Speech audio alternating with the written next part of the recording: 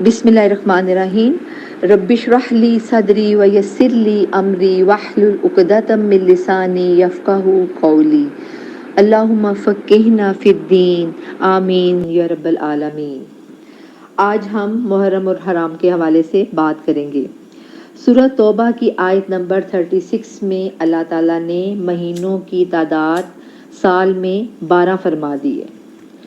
سال کے ان 12 مہینوں میں 4 مہینے حرمت والے ہیں اور محرم الحرام ان میں سے ایک ہے۔ جب سے یہ دنیا بنی ہے یہ مہینہ مقدس و محترم ہے۔ آئیے کچھ روایات کی روشنی میں ہم دیکھتے ہیں کہ اس مہینے کی مزید اور کیا کیا فضیلت ہے۔ اللہ تعالیٰ کا زمین و آسمان کی تخلیق، پہاڑ، سمندر، قلم، لوح، اس کے علاوہ جبرائیل علیہ السلام کی پیدائش اور دیگر فرشتوں کو بھی اللہ تعالیٰ نے اسی مہینے میں پیدا فرمایا۔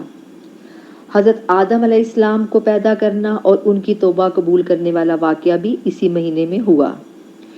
عاشورہ محرم میں حضرت نوح علیہ السلام کو طوفان سے نجات دی گئی اور اللہ تعالیٰ نے اسی ماہ مکرم میں حضرت ابراہیم علیہ السلام کو بھی پیدا فرمایا، اور یہی وہ مہینہ تھا کہ جب انہیں آگ میں پھینکا گیا تو آگ ان پر گلزار بن گئی۔ یہی وہ بابرکت مہینہ ہے جس میں حضرت موسیٰ علیہ السلام اور ان کی قوم کو فرعون سے نجات ملی اور اللہ تعالیٰ نے فرعون کو سمندر میں غرق کر دیا۔ حضرت یونس علیہ السلام کے مچھلی کے پیٹ سے نکلنے کے واقعہ کو بھی اسی محرم کے ماہ سے نسبت دی جاتی ہے۔ حضرت ادریس علیہ السلام اسی مہینے میں مقام اولیاء تک اٹھائے گئے اور حضرت ایوب جو کہ ایک طویل بیماری کاٹ چکے تھے اس کے بعد اسی مہینے میں شفا یاب ہوئے۔ یہی وہ بابرکت مہینہ ہے کہ جس میں حضرت داؤد علیہ السلام کی توبہ قبول ہوئی اور حضرت سلیمان علیہ السلام کو عظیم الشان سلطنت عطا کی گئی۔ ان واقعات کے علاوہ جو نبی صلی اللہ علیہ وآلہ وسلم سے نسبت سے ایک واقعہ انتہائی تکلیف دہ وہ بھی محرم میں پیش آئے۔ وہ تکلیف دہ واقعات کیا تھے کہ نواسۂ رسول صلی اللہ علیہ وآلہ وسلم جو تھے حضرت امام حسین، انہیں اپنے خاندان سمیت اسی مہینے میں شہید کیا گیا۔ یہ انتہائی افسوسناک واقعہ بھی اسی مہینے میں پیش آیا۔ گو کہ سال کا یہ سب سے پہلا مہینہ ہے اور حرمت والا مہینہ ہے، اس لیے اس میں جو کرنے کا کام ایک بہت فضیلت والا کام وہ روزہ رکھنا ہے۔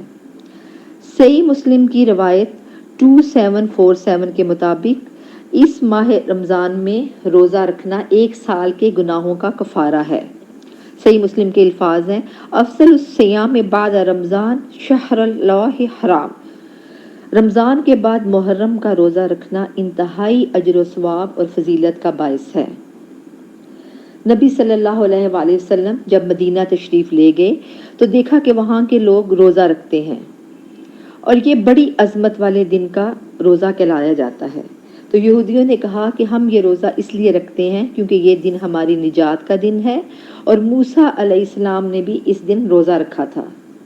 تو اس پر حضرت محمد صلی اللہ علیہ وآلہ وسلم نے فرمایا کہ تمہاری نسبت سے ہم زیادہ حضرت موسیٰ علیہ السلام سے نسبت رکھتے ہیں، اس لیے آپ صلی اللہ علیہ وآلہ وسلم نے یہ روزہ خود بھی رکھا اور اپنے صحابہ کرام کو بھی رکھوایا۔ مسند احمد کی روایت کے مطابق آپ صلی اللہ علیہ وآلہ وسلم نے یہودیوں کی مشابہت سے بچنے کے لیے فرمایا کہ میں آئندہ سال 9ویں اور 10ویں کا روزہ رکھوں گا، لیکن آپ صلی اللہ علیہ وسلم وفات پا گئے۔ بہرحال صحابہ نے اس سنت کو زندہ رکھا اور وہ روزہ رکھتے رہے۔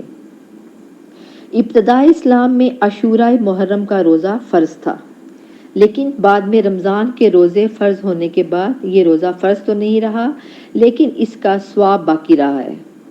اس مہینے کی خاص عبادت روزے کو ہی کہا جاتا ہے۔ سیدہ ربیع بنت معوذ فرماتی ہیں کہ جب رمضان کے روزے فرض ہونے کے بعد بھی ہم عاشورہ کا روزہ رکھتے اور اپنے بچوں کو بھی یہ روزہ رکھواتے، اور جب کوئی بچہ کھانے کے لیے روتا تو ہم انہیں اون کا گولا دے کر بہلائے رکھتے یہاں تک کہ افطار کا وقت آ جاتا۔ اور یقیناً یہ محرم حرام ہجری کیلنڈر کا وہ پہلا بابرکت مہینہ ہے جس کی قرآن و حدیث میں بہت فضیلت اور حرمت بیان ہوئی ہے۔ تو اس مہینے میں اتنا جو دردناک اور صدمے والا واقعہ بھی نواسہ رسول کے حوالے سے پیش آیا ہے، اس کو مد نظر رکھتے ہوئے اور باقی جو واقعات آپ کو جتنے میں نے بتائے ہیں جو کہ حضرت عبد القادر جیلانی کی کتاب غنیہ طالبین سے ماخوذ تھے، تمام جو پیغمبروں کی نسبت سے واقعات میں نے آپ کو بتائے ہیں، ان کی روح سے دیکھا جائے تو پھر ہمارے لیے اس مہینے میں کرنے والے کام کیا ہیں؟ وہ یہ ہیں کہ اس مہینے میں اللہ تعالیٰ کی نافرمانی کے کاموں سے بچا جائے۔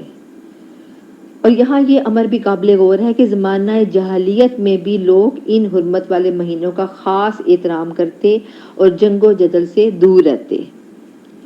تو ہمیں اس مہینے کی حرمت کو پامال نہیں کرنا ہے، بلکہ ہمیں اپنے آپ میں اتفاق و سلوک سے ایک دوسرے کے ساتھ رہنا، ظلم سے بچنا، قطع رحمی، نفاق، چغل خوری، عیب جوئی نہیں کرنی، اور مسلمانوں کو چاہیے کہ ایک دوسرے کو اپنے بہت اچھے طریقے سے ان کے ساتھ ملیں، حسن سلوک کریں، ان کے نقصان کا باعث نہ بنیں، اپنے ہاتھ اور زبان سے دوسروں کو محفوظ رکھیں، اور نئے سال کا آغاز مسنون دعاؤں اور اذکار سے کریں، اور اس مہینے میں اپنے لیے بہت سی مغفرت طلب کریں اور عاشورہ کا روزہ رکھیں۔ اس مہینے میں جو جو کام اللہ تعالیٰ کی نافرمانی کے ہیں، اللہ تعالیٰ ہمیں ان سے بچنے کی توفیق عطا فرمائے۔